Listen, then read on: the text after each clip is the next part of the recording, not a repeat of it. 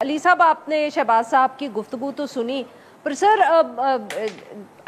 शहबाज साहब ने obviously explain करने की तो कोशिश की, बट सर अगर मैं आपसे ये पूछूं कि क्या आपके ख्याल में सचमुच हुकूमत को समझ नहीं आ रही, या हुकूमत को बिल्कुल अंदाज़ा था कि वो किस किस्म का बजट बना रहे हैं और वो अपने सियासी मकासद देख के उन्होंने ये बजट बनाया है? उन्होंने ये बजट इसलिए नहीं बनाया कि वो मईशत को सही डगर पे डालना चाहते। जी जी बिल्कुल, आपने ठीक बात की। पहले मैं वो आपकी वो जो आपने बात की थी ना कि हुकूमत है या ये अपोजिशन है, तो अवाम के लिए तो ये अपोजिशन है जी। अवाम ने जिनको वोट दिया था वो कोई और है, ये कोई और है, तो अपोजिशन ही हुए नवे, तो अवाम को ऐसे ही डील करते हैं, वैसे ही ट्रीट करते हैं, तो वो नज़र आता है।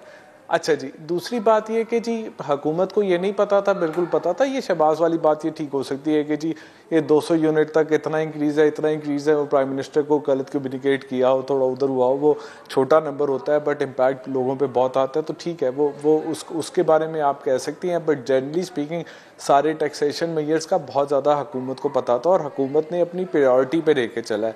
देखिए IMF आया है, IMF ने पहले एक MEFP जो है वो मेमोरेंडम ऑफ इकोनॉमिक फ्रेमवर्क जो है वो शेयर किया है। उसके अंदर उन्होंने रेवेन्यू का टारगेट जो तकरीबन 13 ट्रिलियन के करीब है, उस 13 ट्रिलियन के ऊपर उन्होंने कहा है कि ये चीज़ लगेगी। उन्होंने उस पर यह था कि जी एग्रीकल्चर पे भी टैक्स लगेगा, उस पर था रिटेलर्स पे भी टैक्स लगेगा, उस पर यह था कि रियल एस्टेट के ऊपर भी टैक्स लगेगा, उस पर यह था कि फर्टिलाइज़र की जो एग्जेम्पशंस हैं वो भी ख़त्म होगी, और उसके साथ बहुत सारी और चीज़ें उन्होंने कही।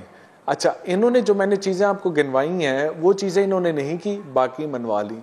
अब यहाँ से तो पता चलता है भाई इनके पास हाथ था ना कि भाई आपने 13 ट्रिलियन से जब आपने वो बजट में से 4-6 चीज़ें निकाली तो वो एक तो नंबर आउट हो जाते हैं, बट वो 4-6 चीज़ें कौन सी निकालनी है? वो क्या बच्चों के दूध का टैक्स उन्होंने के लिए निकालना ज़रूरी नहीं था? नहीं था। क्या वो बच्चे की स्टेशनरी के ऊपर टैक्स लगाना था? ज़रूरी नहीं था? नहीं था। क्या बिजली के बिल, बच्चों की स्टेशनरी और दूध के टैक्स दे के किसी को दिल की तकलीफ हो जाए तो वो स्टंट डलवाने जाए तो स्टंट पे GST कम रखना ज़रूरी नहीं था? ये अब सारी बातें हैं ना, ये तो प्रायोरिटी की बातें हैं कि आपने किसको इफेक्ट किया, किसको नहीं किया। आपने कहा आप सैलरीड इनकम को पे टैक्स नहीं लगाएंगे, आप देखें 1 लाख रुपया वाला जो है टैक्स है वो 2-2.5 हज़ार रुपये का आप टैक्स दे रहा है। अब ये भी एक चीज़ है, ये भी क्या, ये कौन सी ऐसी बात है कि भाई वो जो बंदा सैलरीड वाला है उसको 1 लाख 2 लाख वाला वो टैक्स भी ज़्यादा दे रहा है, वो दूध पे भी पैसे ज़्यादा दे रहा है, वो बच्चे की स्टेशनरी पे भी ज़्यादा दे रहा है, वो पेट्रोलियम पे भी ज़्यादा देगा। ये क्या भाई उसका कसूर हुआ? फिर आप देखें कि जी फिर उसका कि जी हाईएस्ट स्लैब सैलरी वाला एंड में उस पर एक सरचार्ज लगा दिया जी 10% का, और फिर नॉन सैलरीड जो इंडिविजुअल्स है उस पर आपने 45% का टैक्स करके उस पर सरचार्ज लगा लिया 48-49% का। जो प्रोफेशनल्स हैं, डॉक्टर्स हैं, इंजीनियर्स हैं, आर्किटेक्ट्स हैं, लॉयर्स हैं और प्रोफेशनल्स हैं, AOPs हैं, ये सारी कंपनीज, इनके आपके नंबर्स बहुत बढ़ जाएंगे आहिस्ता आहिस्ता, ये नंबर्स बहुत बढ़ जाएंगे टैक्सेस के। और फिर ये हर चीज़ में बिजली, अच्छा बिजली की अगर हम कीमत की बात करें तो उसमें देखें आपने जो क्रॉस सब्सिडी, ये 200-300 यूनिट वालों की जो क्रॉस सब्सिडी होती है ये इंडस्ट्री करती थी, कमर्शियल करती थी, और जो रेजिडेंशियल 3 फेज मीटर वाला जो है, जो मेरे आप जैसा अली साहब, वैसे तो इंडस्ट्री भी बहुत ज्यादा नाराज है इस दफे। तो मैं आगे बात आ रहा हूँ ना इस पे। इस साल उन्होंने इंडस्ट्री से ये सब्सिडी हटा दी है। वो सब्सिडी भी आपने जो हाउस होल्ड है ना, middle upper middle income class, उन पे डाल दी है। जो अमीर है, फिल्थी रिच है, वो थोड़े बहुत है, उनको तो फर्क नहीं पड़ता। जो मिडिल क्लास है, जो घर में AC भी लगाता है, जो गाड़ी में तेल भी डलवाता है, जो अपनी सैलरी पे और अपने प्रोफेशन पे डबल टैक्स भी देता है, वो डब्बे का दूध भी पीता है, वो अनफिल्ड दूध भी पीता है, वो अपना मेडिकल चेकअप भी कराता है, वो बच्चे की स्टेशनरी भी लेता है, आपने उसके साथ सबसे ज्यादा बुराई की है। आपने फार्मर फर्टिलाइजर के ऊपर टैक्स नहीं लगने दिया, आपने रिटेलर के ऊपर टैक्स नहीं लगने दिया, आपने जो है रियल एस्टेट वालों के पास टैक्स नहीं लगने दिया, आपने एग्रीकल्चर वालों को नहीं रखने दिया।